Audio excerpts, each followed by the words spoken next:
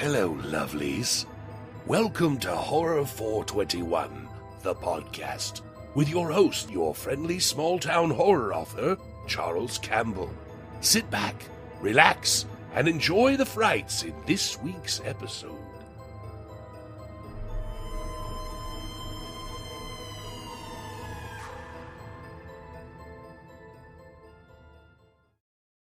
Hello, everyone. Welcome to another episode of Horror 421, the podcast. I'm your host, small town horror author Charles Campbell. And today I have a very special guest. He's a friend of mine that I met a few years back at Days of the Dead in Atlanta. And he is an avid horror fan and an all around cool guy. He is a co host of another podcast called Kill the Cast.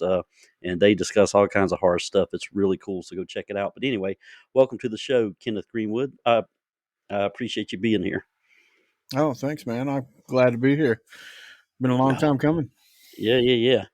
Oh, I was hoping I got your first name right. It was Kenneth. I see you on Facebook as KB. Yeah, you got it right, man. Yeah. Well, cool, man. Like I said, I met Kenneth. I think it was 2018 at Days of the Dead in Atlanta, and he came to my table, and he checked out my books. He bought a couple of them, and ever since then, I've seen him every year at the convention. And he's like I said, he's a real cool cat, and I just wanted to have him on the show and we can, shoot the shit about horror for a little while. So, Kevin, why don't you fill my listening audience in on your background, how you came up in horror, and some of your influences to lead you down the path. Well, first, on this time around, you called me Kevin. It's Kenneth. Kenneth. All right. Yeah, because I know you. KB is fine if that one's easier to remember. KB. That's what I'll do KB. Yeah, because that's what you met me as, and that's what you've always known me as. That's so right. That's cool.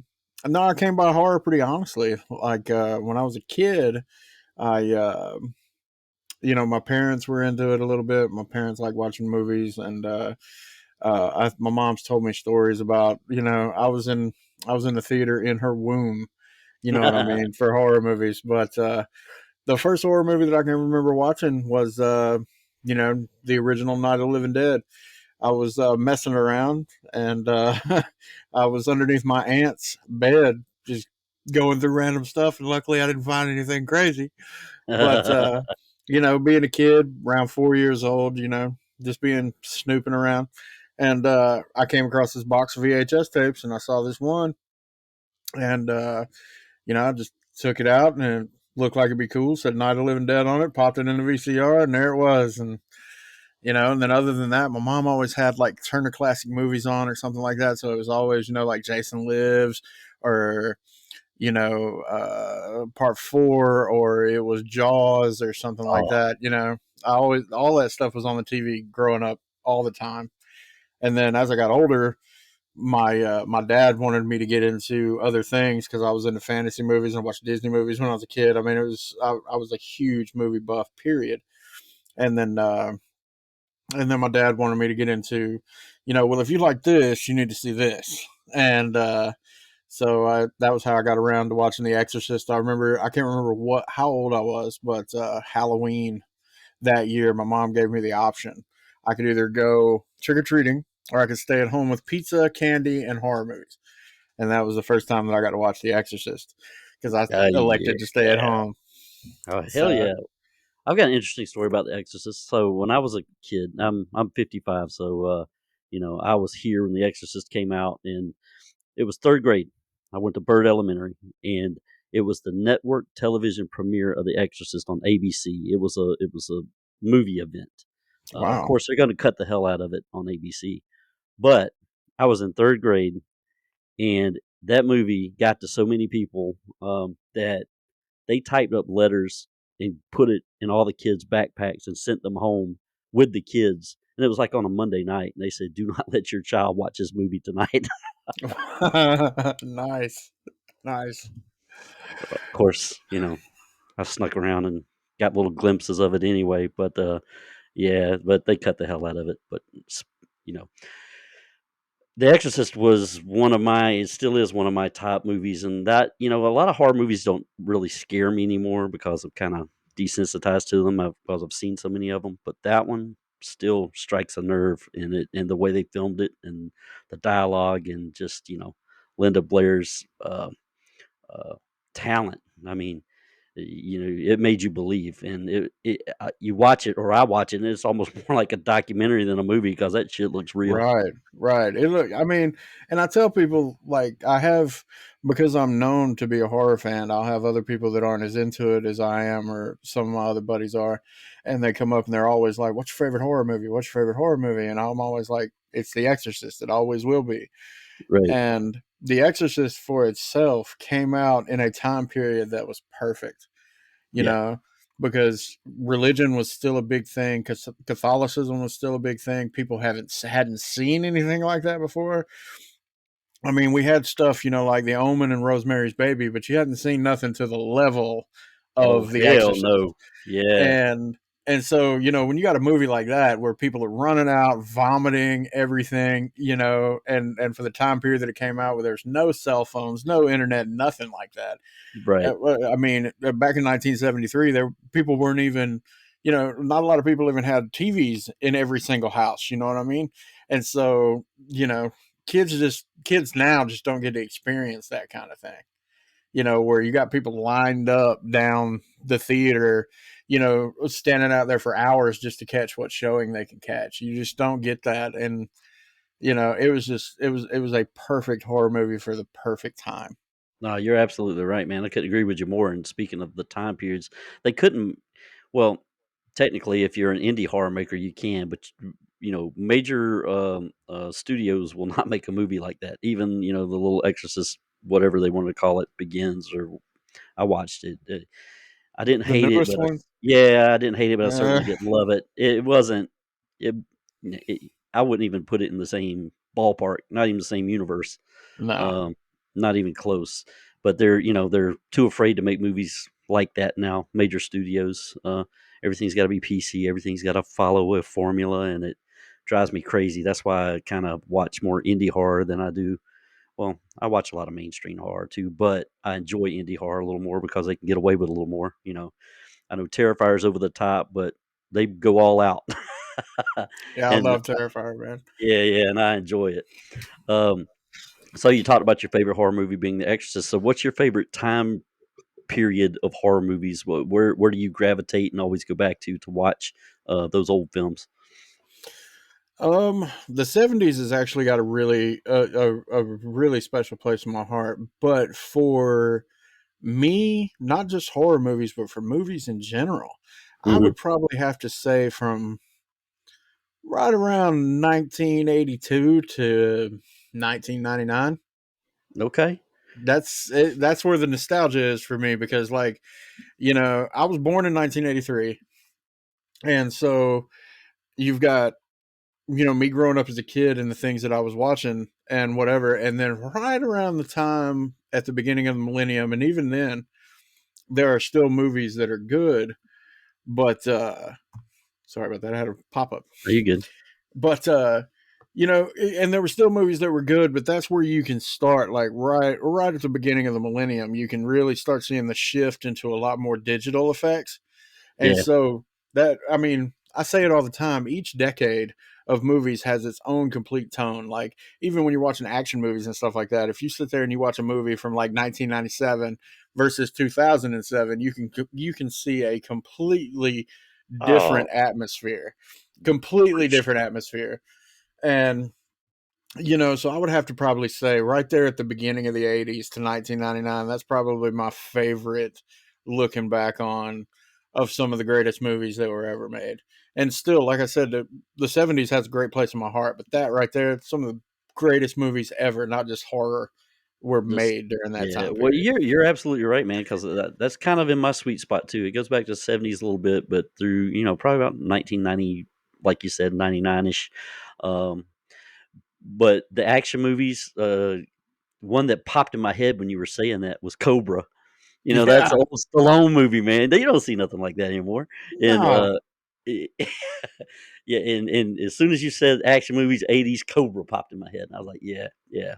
When he I mean, killed and the guy in the even grocery store at the piggybacking beginning. on, yeah, even piggybacking on Cobra, man. I mean, you don't see movies coming out anymore like the first two Rambo movies.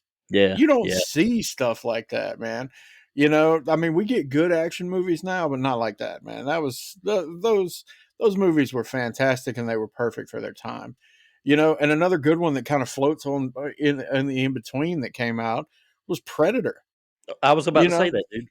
yeah, Predator was fantastic because it was such a great combination of action and horror together, you know, and to be what it was. I mean, because Alien was great, and then when Aliens came out, it was still in that, it was the same kind of cusp of action and horror and sci Right. fi together.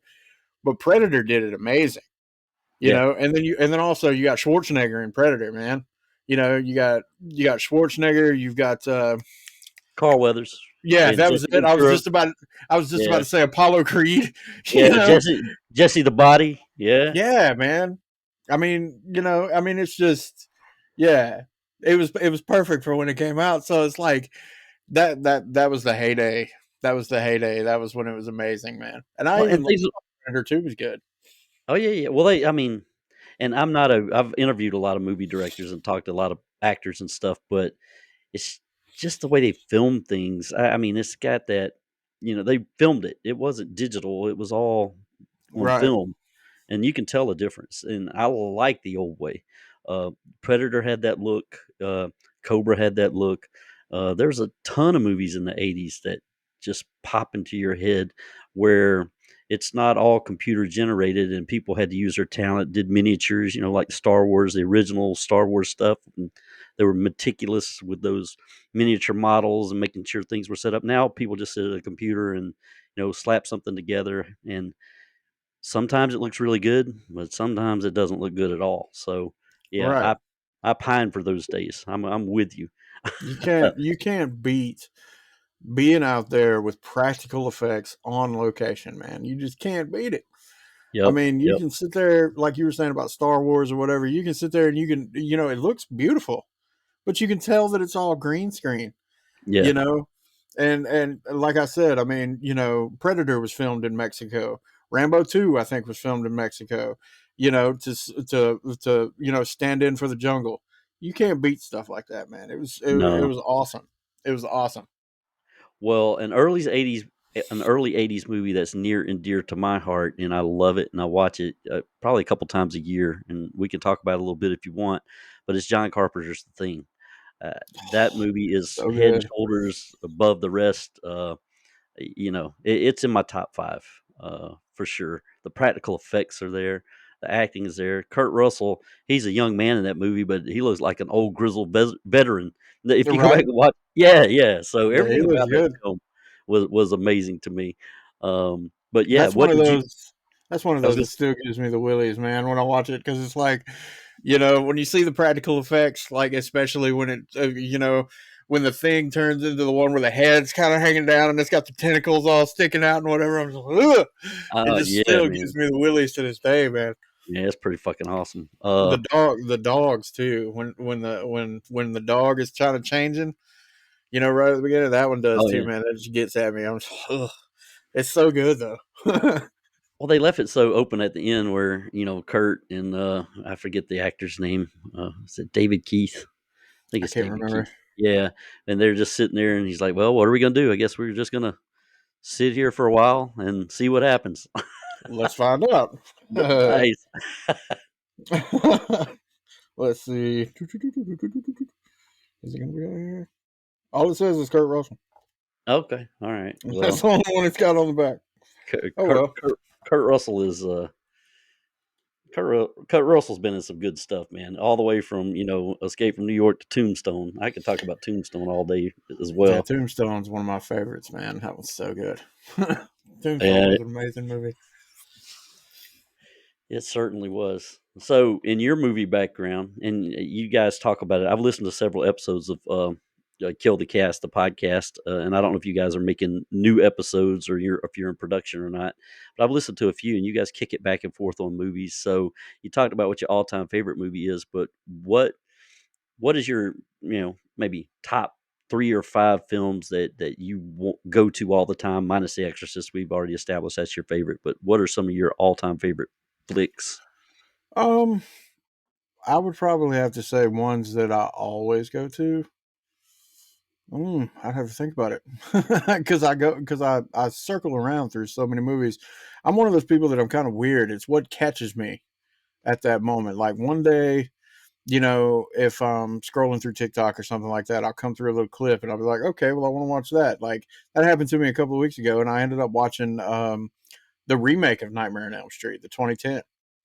Just from a little clip on TikTok, I was like, I'm just going to go back and revisit that. It wasn't that great of a movie, but Yeah, yeah, yeah, it, yeah. it has its moments. So I would probably have to say probably Jason Part 7 because that's my favorite in the series. So Okay. that's always one that I'll go back to. Man, I want to is it segue into that. I want to stop you right there. What makes that one your favorite? Because I have a favorite too, and it's part two, and I have a book here that I'm going to read about it. But I want to know why your part seven's your favorite. I like part seven, but I want to hear your take on it. What makes it I'm your favorite? always defending it because all my buddies are the same. They all think Part 2 is the best one. Um, I think Jason, to me, from a practical look, it's the first time that Kane Hodder played the character, and he just looks so brutal in that makeup, man. Hmm. From being able to see his spine and his rib cage in the back, having the chain around his neck, being able to see his teeth gritting, the whole thing, and then he just seemed so. I mean, like one of my favorite scenes in that movie is when Jason busts through the window and he's fighting Tina, and he busts through the window, and he kind of comes through, with his knees up and everything, kind of Spider-Man style through the Right. window, and he just hits like the superhero, and then just stands up and stares at her with that deep breath. Every single time I watch that movie, man, I'm just like, oh, that's so awesome, because he's just so menacing looking, man. I mean, that's probably it, and I like the fact that he has a worthy opponent.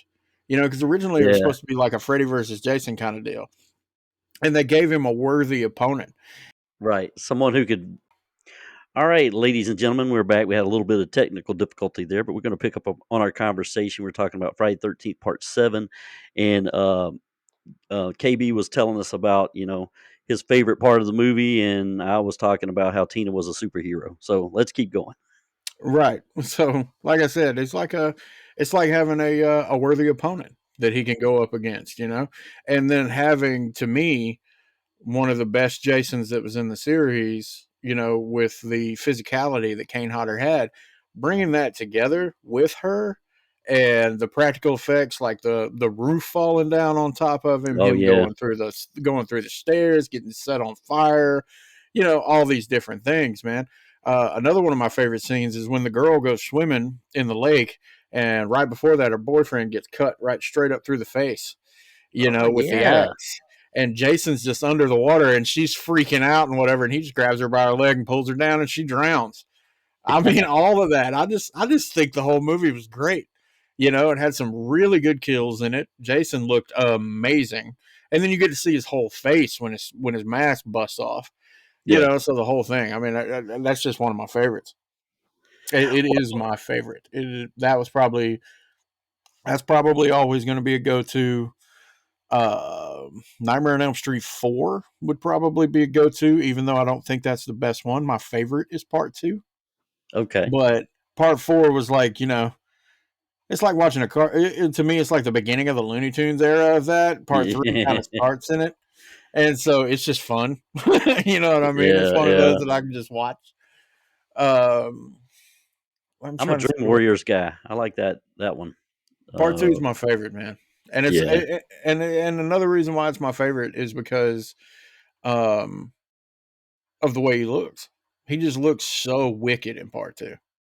Like Well, it's part one is great, but if you look at it, Freddy doesn't have a lot of screen time in part one at all. right. He doesn't. Which I think, I mean, it's good. Bruce Yeah. didn't have a whole lot of screen time in Jaws either. You Right. know what I mean? But Right.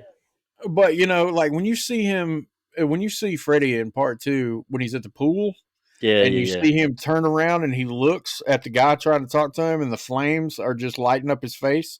He just looks so wicked, man. And that's the Yeah. reason why that one's my favorite. The story is kind of, it's all right, but That one's my favorite for the way he looks, man. Now that one, did that one start off with the school bus at the beginning? Yep. Yeah. I just make sure I got them in order because I always liked the Dream Warriors because Heather came back. Right. And she kind of led the little superhero kids. I call them superhero kids too. Yeah. But yeah, man, part two. What I have to go back and revisit part two. It's been a long time since I watched that one. I've seen the first one and the third one very recently, but part two kind of gets lost in my brain a little bit. I remember I had the school bus, and he was kind of wasn't he kind of trying to come back through that kid? Yep. Yep. That was Okay, yeah, exactly it. yep, It's the yep. one where, his claws come out of the kid's fingers, and then he slits his chest open and kind of comes out of his chest. Yeah. Yeah. So that one was really good. And I actually watched it right before I went to Comic Con in February because I got Robert Englund's autograph at Comic Con. Oh, sweet. Yeah, I got it on a Freddy glove. Oh, nice. Yeah. So, but those are probably go tos, man. When it comes to horror movies, like I said, it's kind of hard because it just really just whatever hits me at the Yeah, moment. Because I've yeah. seen so many, it's just whatever hits me at that time period, And then the bad part about it is if I start a series at the beginning, usually I'll go through the whole thing. So Right. if I get a hankering to like watch Friday the 13th, the first one, Yeah, yeah, you're gonna watch them all. by the time I'm done, I've done watched them all.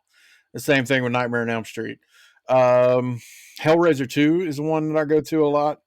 I That's a really good one. like I really like that one. I still got, a special place in my heart for the first one. Yeah. But the second one's really good. I really like seeing Hell and the Leviathan, the labyrinth and all that. I Right. really like that. Um but yeah, that's a good one.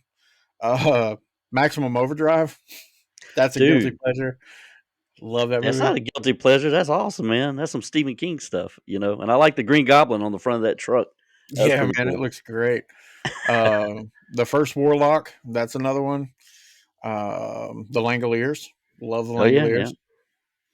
Langoliers. I love TV movies like another Stephen King movie that I watched that I revisited was um, Dolores Claiborne. I watched that yesterday. That was an awesome movie, but the book, man, I don't know if you read the book, but the book was even better. I haven't got around to the book yet. I've read so many of his books, but that's one that I Yeah, haven't yet. I've got it on the So, shelf over here. Of course, a lot of my Stephen King collection's missing. Somebody's lifted some of my stuff, but that's all right. Yeah, I was a but Stephen yeah, King kid growing up for sure, and loved all his early work. Christine, Carrie, Firestarter, all that stuff that he wrote way back then. Man, it's just special, and it kind of sent me on my little journey I think to the write last one of things. his books that I finished was The Gunslinger. I think that was the last one that I finished because I wanted to start the Dark Tower series, Yeah, and so yeah. I read The Gunslinger, and then I was going to start the second one, and for whatever reason, I didn't end up starting it. So I think, Well, yeah, that was the last one of his that I finished. that's a shit ton left to read, dude. That's a long Yeah, series. yeah, And then other books he ties it in sometimes, with a book here he'll refer to the Dark Tower, so it's kind of a spinoff, but not really because the stories are self-contained. But I kind of felt like the book Fairy Tale that came out last year, or the year before, he was going there, but he didn't. He told a completely different story, which I was okay with because sometimes his shit's hard to keep up with. right. That was the main reason why I wanted to start the Dark Tower series is because the way people make out that series is that it all kinds of links together. It It links is, like all of his other stuff together, yeah. There's in a little sense. Easter Because I eggs here and there, yeah. right because when I went from like I didn't know this. I had read Cujo first, and I didn't realize where some of the characters were coming from. And then I went back and I read the Dead Zone, and then Hmm. there were references to Pennywise in there, Yep. and it just kind of back and forth. And I'm like, okay, I'm getting this. And then I watched that series Castle Rock, Yeah.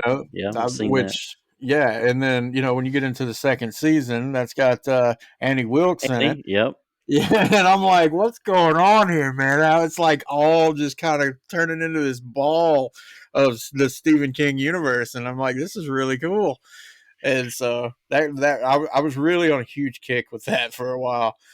Yeah, his stuff is all for the most part interconnected. The last couple of books I've read that were straight novels, I kind of suffered through them, and I don't want to make this a political podcast, but he puts his political spins in there, and it takes me out of the story. The story's really good, but then you slam me over the head with, your point of view on politics, and I'm like, come on, man. I may agree with you, I may not agree with you, but I don't want it in my Stephen King book. I just want to read your story. Well, honestly, man, I think when it comes to it, and to not get into our own personal affiliations, I think that one of the biggest problems we're having nowadays with entertainment in general is people trying to shoehorn their agenda Yep. into everything, no matter which Yep. direction you're going. It's like, I was listening to this video on YouTube, and I say listening because I turned the screen off and was just listening to it, and it was about this thing called something Big Baby Inc. or something like that, where they're doing it in video games now. And the thing about it is it's like I watch these movies and I read these books and I play video games to get away from that crap. I don't want that. You know what I mean? It's like this is my escape. Don't take it away from me. I'm not a drug addict. You know what I mean? I'm not sitting out somewhere, shooting up heroin or something. I want to watch horror Exactly. movies to escape. So it's like when I see that crap in there, I mean, there's a time and a place for it. Like if it's an indie movie where that's the main focus or something like Right. that, Right. I get it. And certain ones that I watch, I'll watch it for that. Right. But otherwise, it's like no, no, no, no, no, no. I don't need to know what side of the spectrum that Freddy Krueger leans on. You know what I'm Right. saying? Right. I don't Right. No, no, care. I know exactly what you're saying because I was reading last summer. We were at the beach, and I got Holly, and Stephen King wrote a wonderful series, the Mr. Mercedes trilogy, and they were amazing books. They were all good. They were more detective novels than they were horror novels, to be honest with you. And had a character in there called her name was Holly. I forget what her last name is. Um, and she'd been in a couple of other books. She was in The Outsider, and he had her in something else. And so he released a book with centered around her, and I'm like, oh shit, I really want to read this. Got it last summer. Sat out on the beach, started reading it, got 5 pages in, hits me over the head. 10 pages in, hits me over the head. 20 pages in, hits me over the head again. 30 pages in, hits me over the head again. At 40 pages in, I shut the book. I put the bookmark in it and shut it, and it's still sitting on my shelf. You keep taking me out of the story, man. Your story's good, but you keep taking me out of it. I Right. don't care. Yeah. And I've got Um, I've got I've got certain books that, not even politically, but I've got certain books that certain authors that I absolutely love. Like I'm a huge Anne Rice fan. I yeah. love Anne Rice's novels. But when I read The Vampire Armand, which is part of the Vampire Chronicles, when I read Hmm. that one, I was just like, I kind of was the same way as you. I mean, I pushed through it, but there's only so much, sexual things that I can take. I mean, it's like if I wanted to read a romance novel, I would read a romance novel. Right. Because don't get me Right. wrong, the earlier books in the series definitely have those things in there. Like the romanticism between Louis and Lestat and so on and so forth. It's all there. But Armand was just straight up. I mean, it's like I can't remember whether she wrote that around the same time that she did her romance novels. But man, I was just like, oh my God. I mean, I just had to push through it to get through it. But at the end of the day, people are going to write what they want to write, but there's just certain things where I'm like, come on, man, come on, let's just keep this going the way we all thought it was going to go. You know what I mean? Right. Right. Right. Yeah. Yeah. For sure. Oh man. Now I heard you in your Kill the Cast podcast, and you mentioned it here just a couple minutes ago. And I'm not an avid video game player, but I do play video games. I do have a PlayStation 5. My wife got me for Christmas. I had a PS4 before, and I heard you talking about Resident Evil 2 and the Resident Evil games and Silent Hill. So tell me a little bit about your background playing those games, and what you find enjoyable about them. I'm a humongous Resident Evil 4 fan. Played it on the GameCube, played it on the Wii, played it on the PS5, played it on the PS4, played it on every platform I could play it on. Love that game. But yeah, chat with me a couple minutes about your video game passion in the horror genre.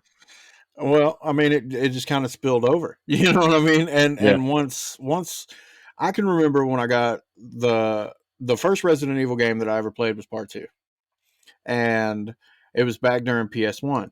You know, Hmm. and a friend of mine had loaned it to me, and I played through that. And it was really good. I did both discs, you know what I mean, or both sets of discs. I can't remember whether it was one or two, but I did Leon's and Claire's. I did both of them, and I really, really enjoyed it. And I was talking to a buddy of mine at school about it, and he said, "Why don't you check out this game?" And he gave me Silent Hill, the first one. Mm-hmm. And man, I loved it. It was so cool, and it was so dark, and it was unlike anything I'd ever seen before, because I grew up in Nintendo days, and the majority of that's platforming games. You Yeah, got yeah, a yeah. couple of horror games, spilled in there, but nothing like what we were getting in the 3D era. Right. And I loved Silent Hill. And then I just kind of followed with Resident Evil, because Resident Evil 2 was awesome. Resident Evil 3 was okay. And then Resident Evil 4 came out. And at some point, I went back and played the first one. Yeah. But, and then when Resident Evil 4 came out, the format of it was completely different. And Oh yeah. so I really got into that, Yeah, you it was know. over the shoulder, man. Yeah, And it was awesome. And I just kept going with it. And then I started branching out, trying to find any kind of different horror themed games that I could. And then you start seeing the ones that come out where it's like zombie oriented. You know what I'm saying? Like Dying Light or Left 4 Dead or yeah, any of those. You've got the gore games that are starting to come out. And then now we're at a point where they're we're the getting cinematic. Yeah, let's they're say like that again. cinematic. I was gonna say Right. they're like cinematic games coming out. The Dark Until Anthology Dawn. series. Yeah, yeah, Yeah, yeah. that was the same company that did the Dark Anthology series did Until Dawn, and that's like playing a slasher movie. Yeah, yeah, yeah. It was fantastic, and and I just kind of followed with it because playing video games is more visceral. You know what I mean? You're involved in it. Your decisions is what's going through Right. this. Yeah. And I'm also a big Alien fan, so when Alien Isolation came out, that was a fantastic game. That was I'd have to say it's the best Alien game I've ever played.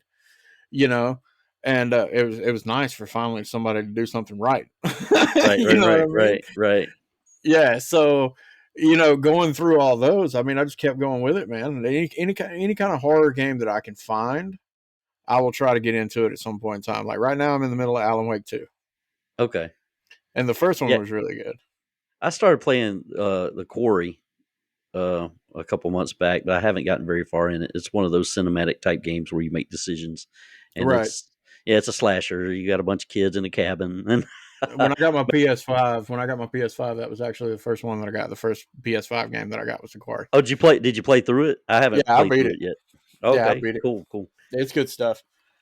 It's Yeah, you're playing a werewolf movie. yeah, yeah, yeah. Basically, yeah, yeah. Yeah, I mean it's good. But it's the same thing with the Dark Pictures. The Dark Pictures anthology it's set up the exact same way as those.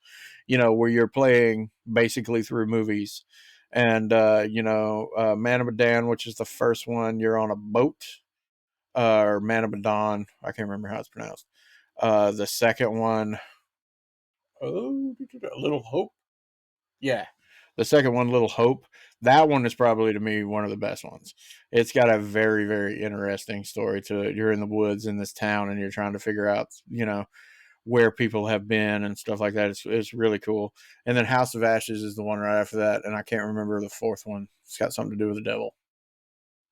I can't remember what that one is because I don't have it yet. But yeah, man. I mean, that's just what it comes down to. Just anything that I can find to immerse myself in horror, because I don't know what it is about it. Like I said, it may be just the visceral thing of it, Right, but it's always been my go-to, man. Like the creepier and the more atmospheric that something can get, that's the way I like my movies. Like that's the reason why I like Silent Hill so much. That's my favorite horror franchise of all time, especially the first 3 games, because it has such an atmosphere to it where you're in this town. The town looks like it's almost deserted except for monsters and random people, right, and it's a very slow moving game. It's not fast like Resident Evil is. And you're having to figure out these puzzles, and it's foggy, and you've got, depending on, however you want to look at it, either snow or ash or whatever it is that's falling down, and you're having to utilize your map and all the rest of this. It's the atmosphere of it is what really gets me. Like every time, I live here in Georgia, and every time that the rain comes and it's humid outside, and you can see the See the fog, and steam, yeah. yeah, and all the rest of that. Me and my old lady were always just like, it's like Silent Hill outside. Let's go hang out outside. Well, the Silent Hill games, I did play through the first one, and I remember the atmosphere of it. Now, this was years ago. I'm not a super avid video game player, but I do enjoy them, and I do play them occasionally, maybe a little more than occasionally, but not nearly as much as a full a full bore gamer fan. But I did play Silent Hill back in the day, and I remember it was in the living room of our old house, and I had the lights out, and I'm just sitting there like just a couple feet away from the television, and the freaking sounds would make me jump and scare the shit out of me when I'm playing that game, man. Right, right. I mean, it's really cool, man. And like I said, like the second one has got such a psychological undertone to it, where you're trying to figure it out, because it's the entirety of what's going on with James in the second one is things that are brought about, what's going on in his mind and his guilt based on his relationship with his wife that was dying. and Oh, and and so to see that kind of thing put into a game, and all the characters and the way Silent Hill looks and all the rest of that meshed together completely based around this guy's psychological outlook on it is phenomenal to me. It's one of the best video game stories that's ever been put out. There's other really great games like The Last of Us and stuff like that, oh, I but played the shit out of those. Yeah, yeah, they're yeah, still really good games, but there's just something about that, man, where it takes you in a different plane of video gaming when you get yeah. through it like that. Well, I've just recently finished replaying The Last of Us 2 remastered. I got it when it was on the PS4, and I told my wife I'm gonna be in my room for the next week, just so don't bother me. Man, Right, I obsessed over that game. And then when they released the remastered version, if you already had the PS4 version, you pop down $10 and got that one. So I just recently replayed through all of it again, and it brought back all those same. Of course, I was better at it because of the experience I had playing it on the PS4, but yeah, it brought back all of those cool feelings of playing as Abby. A lot of people um, gave it shit, because you broke it up like that between Ellie and Abby. But I actually liked Abby's story. I don't know where you fall on that, but I thought it I was a th- cool twist. I mean, man, there's certain games that I don't really like jumping back and forth between characters, but I like doing that because it's almost like in that game it was almost like, especially after the TV show came out. It Yeah, it it's going back and playing it after the TV show come out. It's almost like getting the full effect of right, everything that's going on. So that way you can see what's going on over here, and you can see what's going on over here at the same right. time while this is going on, and so on. So it just really depends. Like this isn't a horror game, but when I got into that, I got into Ninja Gaiden when they put that out again on PS3, and I didn't like jumping between characters. Yeah, That was one of those games that I didn't like it. But in right. horror games and stuff like that, I don't mind it at all, because like I said, you get a more well rounded view of what's going on in the world. Yeah, yeah. Well, for Last of Us 2, particularly for me, when I first played on the PS4, I hated it because when we were getting good with Ellie, and then Abby shows up, and then you think there's going to be a confrontation right there, and then it flips, and then you basically play the entire game again as Abby, but you're coming at it from her point of view, and then you're understanding, okay, this is why she did what she did. This is why she was on this mission to kill Joel and had to kill him. And so, from a Exactly. storytelling perspective, after I thought about it, I'm like, this is okay. I get it. And then when I played it again, I actually looked forward to switching over to her character. Versus the first time I played it, I was like, as soon as it happened, I was like, what is this bullshit? When I'm playing it, I was Right. like, what the hell? But that's exactly why I like it, because you get that whole well-rounded idea Yep. of what's going on in this whole scenario. You know what I mean? Yep.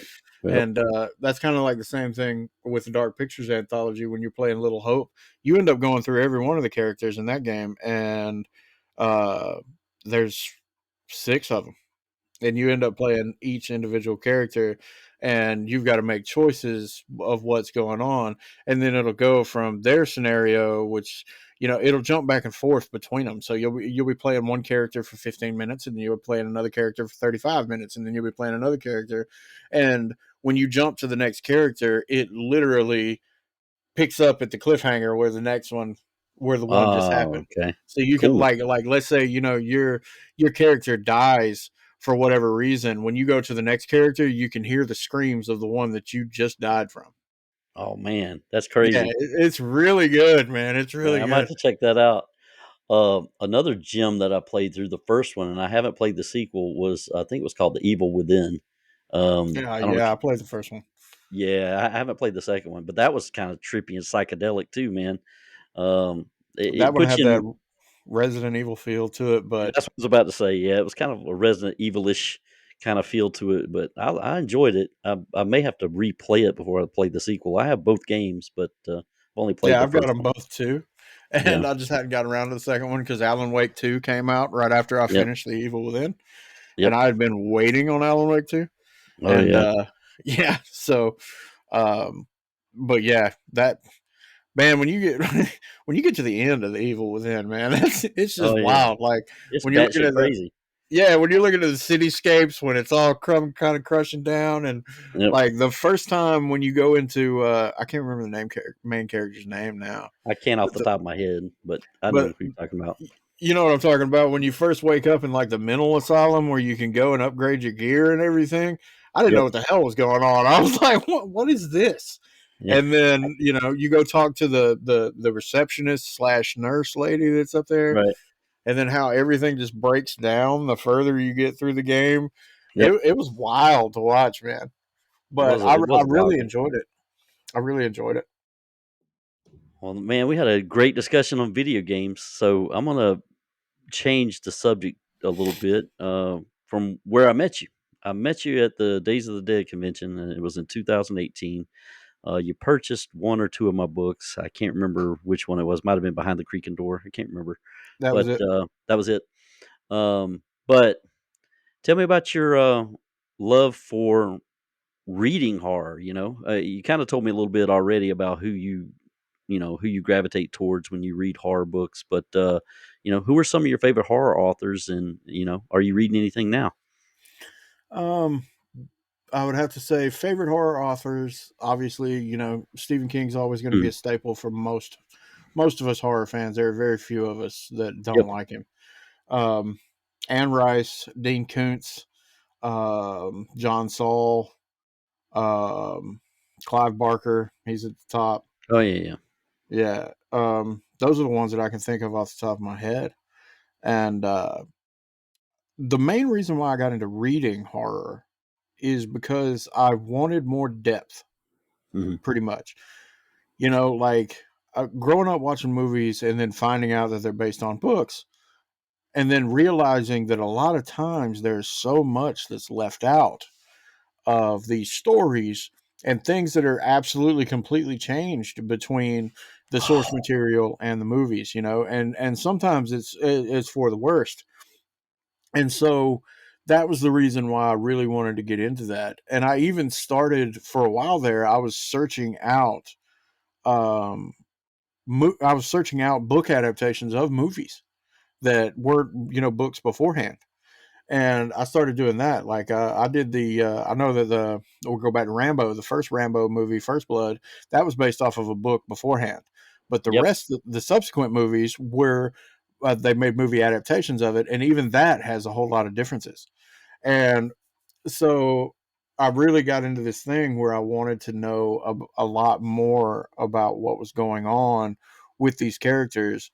And one of the biggest ones that got me was reading it, because there is so much stuff going they they on in that book. they can't make that movie. Yeah, no, and and that's the crazy thing about it, because I mean, when even the audiobook, because I've read the book and then I listened to the audiobook, and I've listened to the audiobook 3 times, and the audiobook's 46 hours long. Jesus. Yeah, and I've listened to it 3 times. Holy crap. And there's so much stuff that's going on that they just cannot. I mean, you would literally, to be able to get everything in there, and if you have the ability to do so, because there's so much stuff that probably doesn't need to be on screen. Well, I was gonna Um, say there's some things they can't legally put in there. right. You know what I mean? But you would have to turn that into a series, because Yeah, to be able to get, everything that you could put on and you probably screen. get 4 seasons out of it.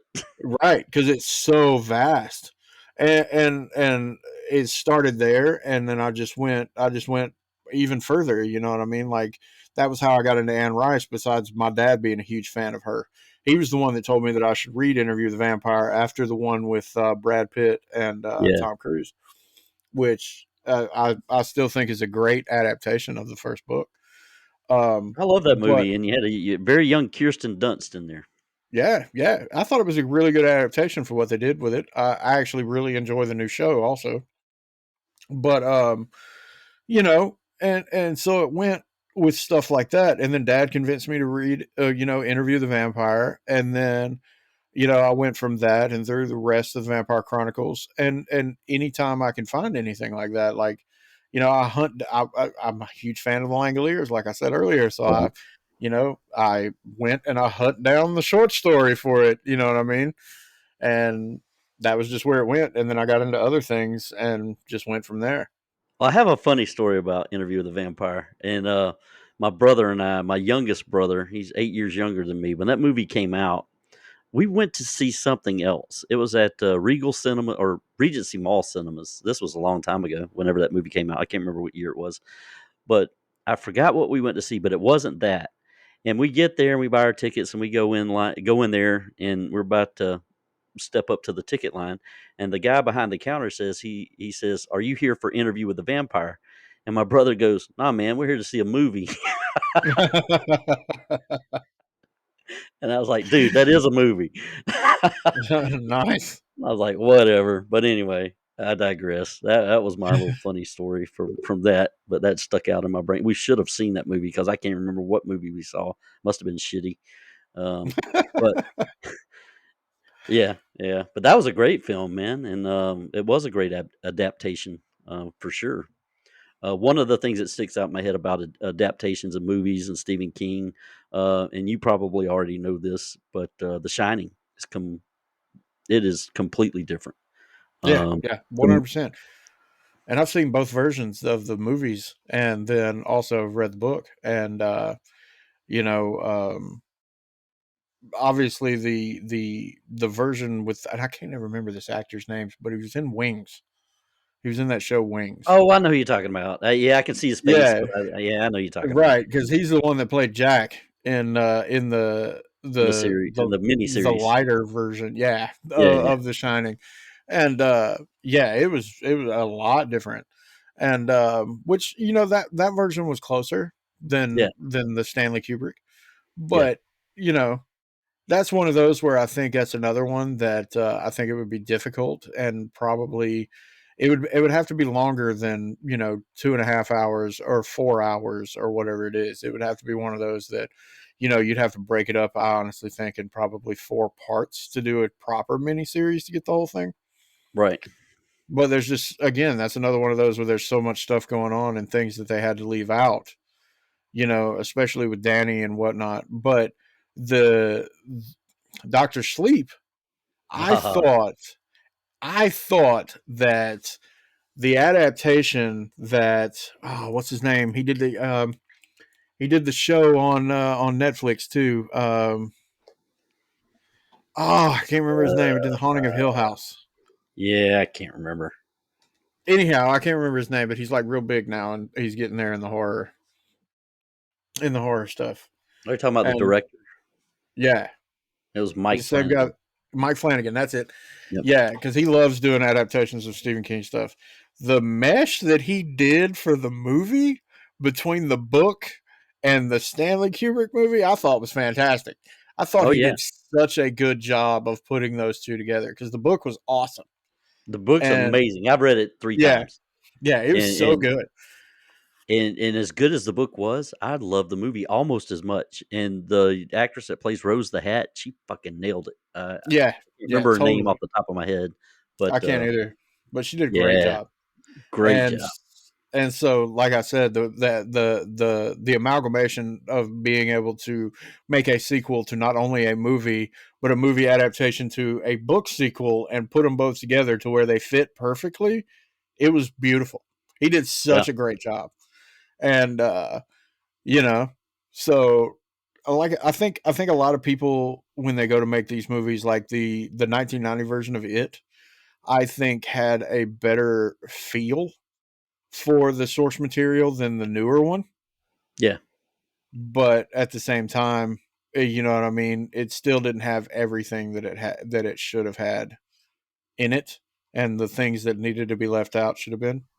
But yeah. I'll always have a special place in my heart for that, because Tim Curry scared the shit out of me when I was a kid. No, I love Tim Curry, man. He's Yeah, one of my heroes. yeah, Um, he scared me so bad in that movie when I was a kid. I never wanted Rocky to look at Horror his name. Man, and Yeah, well, he played Darkness and Legend. I don't know if you saw yeah, that one, but I yeah, did. dude, the He did, man's he did such a good job. yeah, he is a legend. That was the right title for that movie, and it wasn't a big box office hit, and a lot of people don't like it, but I love it. I think it's a great little fantasy flick. Right. But I mean, most of the stuff that I got into, man, is just searching stuff out. When it comes to books, I'll just search things out, and see what's cool and what's not. Same reason why, like, I walked up to your table. It's like, you write horror books, I'm gonna check it out. Yeah, yeah, You yeah. know what I mean? Well, I appreciate you walking up because got to become friends with you, even though I called you Kevin. So It's all it's good. it's I've got Kenneth man, KB. I've got a lot of people that know me as KB, man. Like, Yeah, at the gas station that's right beside my house that I frequent, they know me as KB because the first time they ever saw me was on Facebook, and so yeah, now that's what they call me. KB. So I'm pretty used to that. Uh, it's all right, man. It's all good. It's all love. Yeah, I kind of connected with you the first time I saw you. I thought you were a cool guy, and then I'd see you every year, and you'd come by the table, and saw you this year. You picked up another couple books for a young lady. I think she's your relative. I don't. Um, Yeah, she's is my it a niece by niece? marriage. Your niece? Yeah. Yep. Yeah. And then I also got, as a matter of fact, I got it sitting right here. Oh, nice. The Piano Witch. Nice little Hmm. plug. Thank you, sir. Yeah, man. Um, but yeah, I picked that up for her, and then I got that one for me. And yeah, man. By the way, are you going to be there in October? Oh, they're gonna be there in October. Yeah. It's Have the you not Days of seen the it Dead. yet? I need to Yeah. go take a look. Yeah, I Yeah, don't they're know. going to have it. Maybe. Well, that's Yeah, that'd early. be cool. Yeah, Yeah. I was surprised. I Are they went still on the having it in website. February too? I don't know. I went on the website to see if Huh. they had the new dates for next year for 2025, and yeah, they had it up for October, and I was like, wow, Yeah, I'm definitely gonna. Wow. Yeah, October right? 4th through 6th. What the hell? Isn't that crazy? It's Well, gonna be I'm a twice vendor, in the man. same year. They should be sending me an email or something. Twice in the same year. That's cool. So the convention scene. Before we get off the air, I want to talk about that a little bit. I know you go to Days of the Dead in Atlanta. I see you there every year, and I heard you mention Comic Con. What do you like about the horror conventions and the comic conventions? And where all do you go when you go to these conventions? Honestly, it's kind of surreal seeing the actors and the creators of these things that I grew up with, in person. Like, even if you don't walk up and talk to them, just walking by their tables Yeah, and seeing them is an extremely surreal experience. Like, when I went to Comic Con and I saw Robert England, I stood in line for 2 hours, and where I was standing, they had it set up to where, a lot of times in a small space they have a line to where you kind of work your way around. You know what I'm saying? Instead of being in right. like a circle, it's like you go up and then turn and go down and up and down. Yeah, And so the spot where I was at, I was watching him. I was probably like 3 or 4 feet away from him, watching him talk to everybody else and just have conversations and whatever for probably a good hour. wow. You know, yeah, I was like right there, And like I said, it's just a real experience because you grow up and you see these people, larger than life on the silver screen, and to be right next to them, regardless of whether when you get to the table they turn out to be the greatest person in the world, or they turn out to be an asshole. you know it it it, it's like I said, it's kind of mind blowing to do that. And the same thing with going to Days of the Dead. The first time I walked up to Clive Barker's table, when I Yeah. got to meet him, you know, and he was super nice, and walking up to his table and being like, I've been watching your creation since I was a child. You know, Doug Bradley, the same thing. When I walked up to him, it's like, seeing this guy, and I'd have to move my computer, but I've got a Hellraiser poster sitting right behind me that's an original from when the movie came out. You know, to walk up and see this guy Yeah. that terrified me as a kid, and then became one of the icons in It's everything that I know in person, man. Anybody out there that's listening, if you ever get a chance to do it, go do it, because it's just an extremely surreal experience. It's interesting, and if you let yourself get into it, like I said, don't have any expectations about the person, because I have met some actors that I oh yeah. just didn't like, you know, and you're going to come across that because they're people, you know what I mean? But at the same time, it just standing there and looking at them while they're doing everything else that they're doing, it's interesting. You know what I'm saying? Especially if you take the time to take it in. Because going for the years that I've met so many different actors and different creators of things, I've met Tyler Main, and I've met, Bill Mosley's usually there every Mhm. year. Yeah, I've he's met him. usually a regular. Yep. Yeah, I've talked to him a few times, talking to, Kim Coates, the guy that played Tigger on Sons of Anarchy. Oh That was yeah. interesting. Violent J, dude that played Art the Clown. Yeah, David Howard Thornton. We had him on the podcast 2 years ago. Yeah, he was on ours too. Having seeing him, Malcolm McDowell, you Yeah, know, all these different. I mean, like growing up watching A Clockwork Orange, you know what I mean, and then exactly. seeing him in person, it's Well, wild. well, one guy I'm glad I did get to see for a couple of years that I went there before he passed was Sid. You could see Yeah, I did Sid too. walking around. He's he sometimes in makeup, sometimes out of, but he was walking around, and you could walk up and talk to him, and he was a pretty cool dude. And Yeah, he was real then nice, man. real nice, and then one year you look over and he's not there anymore. So Yeah, yeah, it was cool to be able to actually see that guy. It really was. But like I'm a Sid fan. yeah, the first year that they had Days of the Dead, it was in a city that was closer to where I live. It wasn't in downtown Atlanta. Yeah, And it was the very first year, and Bill and Sid were both there, and it was packed full of people because the hotel was a little smaller. right, And my daughter was probably one, not even, and we were pushing her in there in a stroller. So my daughter's been around horror stuff since she was a baby, right. and we wanted to do that on purpose, so that way if we ever took her to the cons, she wouldn't freak out when she saw people in dressed Yeah, up the in makeup crazy and stuff suits. like Yeah, that. And so she was there, and there were people pushing and whatever, and you could see Sid and Bill trying to make their way through to get to their table, and they accidentally bumped into the stroller. And Sid turns around and he's just like, I am so sorry. And he was super sweet. And he went down and he leaned and he touched Jade on her, he kind of on that, yeah, and he's right. being Sid. So, you know what I'm saying? And, Yeah, and that was a really cool experience, man, because that was the first time I'd ever had like a direct interaction with him versus being at the table. That was really cool. And he was super nice, man. And, I hate that he's gone, and that'll be one of those yeah. things that I kind of always remember is how cool he was with me and my little baby at the time. Little bundle. Yep, My daughter's about to be 13 now. You know what I yep, mean? yep, yep, yep. I do. I've got one that's 28. Oh, wow. Well, I waited Yep. until later. I didn't have my daughter until I was 27. So Uh, I well, waited well, until a little bit well. later. I did too. I'm old, man. I'm 55. We had her when I was 26, so I wasn't far off. Wasn't far off. I Wow. had her I didn't think you were that son. far ahead of me, man. Oh yeah, yeah. I'm an old man, dude. I'm screaming at kids to get off my lawn. Nice. Yeah, I'll be 41 this year. Oh yeah, yeah. But for sure. And speaking of people, that you just notice, and I think that was pretty fucking cool that you got to watch Robert England just interact with people. That's something you'll keep in your head because I think that was probably worth the wait in line to watch him interact and talk to people. I would think.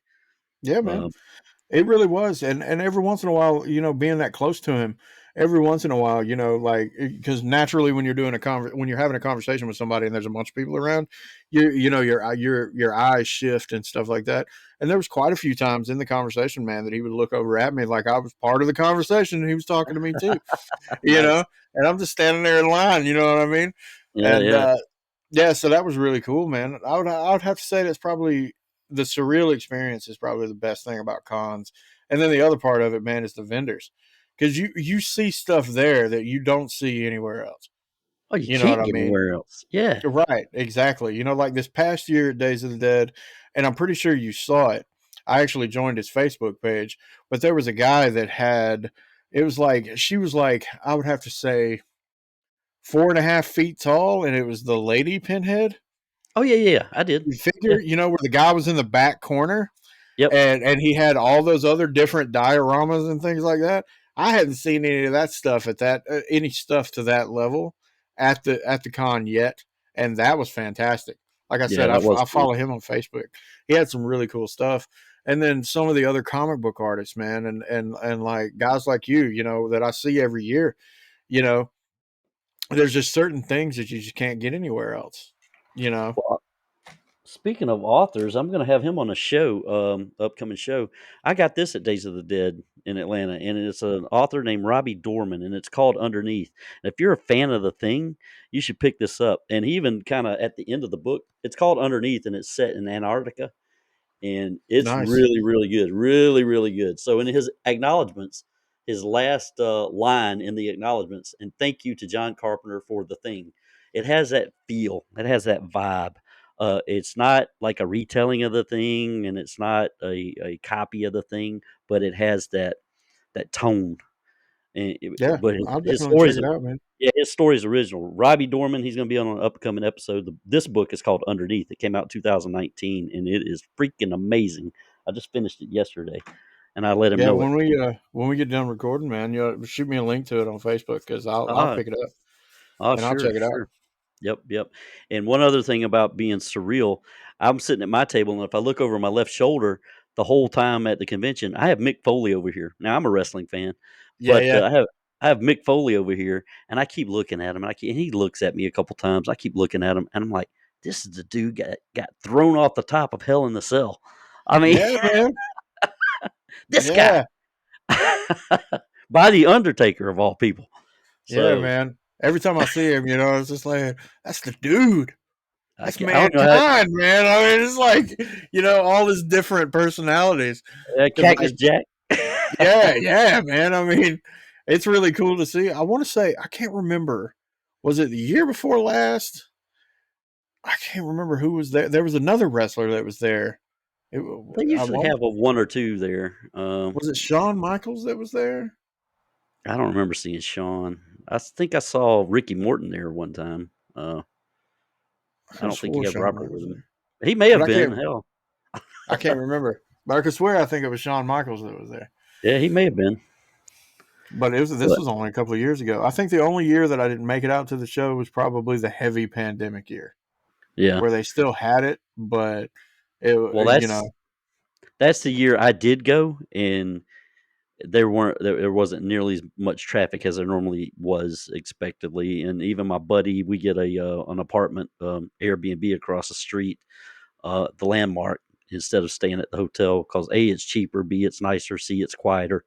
Um, and anyway, he couldn't go, so I ended up staying in that place by myself. And you talk about fucking creepy, man. Staying in that big ass apartment by yourself in Atlanta in the middle of the night when it was yeah, yeah. But anyway, I digress. that's But that's like one of the funniest things, man. Like you see these comedy skits and everything like that where they talk about white people shit. Yeah, Yeah, yeah, I am one of those people. I am one of those. I am one of the ones that gets into white people shit. yep, If it's creepy and scary, I'm checking it out. I'm gonna be the yep, first to walk in there. You yep, know, yep. I'll be the first one to get killed. Yeah, I'm gonna be the first one to meet that axe or that chainsaw. Exactly, because if not anything else, I'm gonna be walking around and be like, "This is really cool." Zzz. Yeah. Nice, Yep. nice. Oh man, well, KB, man, I've enjoyed this conversation. I definitely want to have you back, and if you'd be interested in co-hosting an episode with me when I have someone on, your knowledge of horror is awesome. If we could align that schedule, I'd definitely love to have you on. I like talking to Absolutely, you. man. I like Absolutely. talking to you. Same Uh, here. you got a lot of knowledge, and I definitely want to have you on again to talk more horror. But for this episode, I'm going to let you go. I know you worked a long, hard day today, and I got to tend to my dog. Yeah, as a matter of fact, when I get off here, I got to go take mine out too. Yep, yep, yep. But anyway, I enjoyed it, man. If there's anything you want to, anything you want to personally plug, go right ahead. If you guys have episodes of Kill the Cast coming out, or if you're, let me ask you that before we leave. Where are you with that particular podcast? Are you guys still producing? Yeah, I mean, what at this current moment, it's we do have plans of getting more episodes out. Let me put it that way. But Okay. life has a way of just Oh yeah. kind of getting into it because one of the three of us lives. Jay, he lives on in the Pacific Northwest, and then you've got my other co-host Jerry who lives in Tennessee, and then you got me. So we're all in three different time zones, and just trying to line it up with work and everything that everybody's got Yeah. going on in life and all the rest of that. It just became really difficult To through the coordinate. past year. Yeah, it's become really difficult because we got different work schedules and you Gotcha. know and then obvious normal hectic things of life. So we're Oh just yeah. kind of on a hiatus that we don't exactly know when the end is going to come, but we do have plans. Okay. We One of the things that I can tell you real quick before we get out of here is that we had tried recently to do an episode, and we've tried to do this 3 times, and where we try to do the Evil Dead series. Hmm. And we were going to do 2 episodes where we were going to have Evil Dead 1 and 2, and then we were going to have Army of Darkness, and we were going to have the remake of Evil Dead, and then obviously Evil Dead Rise come out, so we were going to talk about that too. And we were going to kind of leave the show on the back burner, maybe bring it up. Yeah, yeah, yeah. We were going to bring it up and kind of leave it on the back burner because we were just going to focus on the movies. And every single time we have tried to record something on Evil Dead, something has happened. We've done got to the point where we call it the Evil Dead curse, because every time something has happened. This past time that we did it, Jerry's internet went out and my power went out. No, it was the other way around. His power went out. My internet just stopped and Dang. it didn't come back on for hours. And then there was the time we tried to do it before that, something happened, and the time we tried to do it before that, something happened, and we've never really had that major of an issue with any of the other shows that we've done, and we're close to 100, and you know that's the only one where it has been a continuous every single time, and that was one that we were going to do recently, and like I Oh said, man. we call it the Evil Dead curse because every time we try to do it, something happens. Something happens. Well, I'm a big Evil Dead fan too, and we could do another 2 hours on that. So I'm gonna stop Right. myself from talking about it.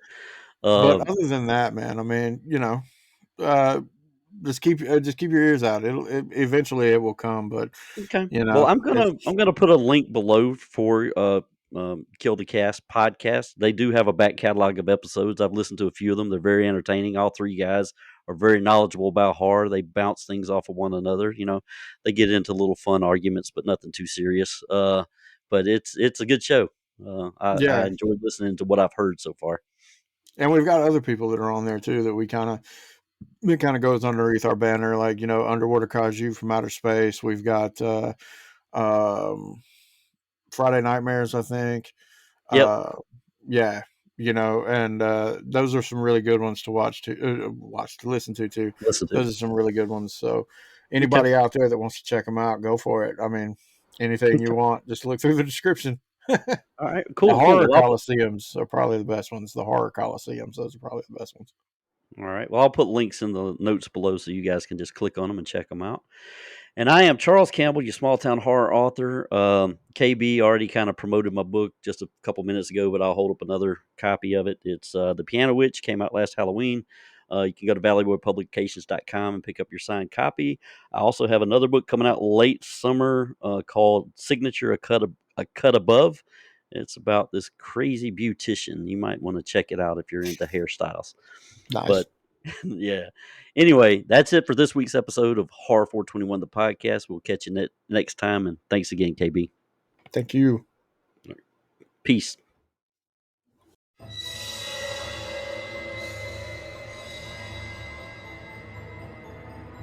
We hope you had a horrific time, lovelies. Thank you for tuning in to Horror 421, the podcast. Be sure to like us on YouTube and subscribe wherever you get your podcasts.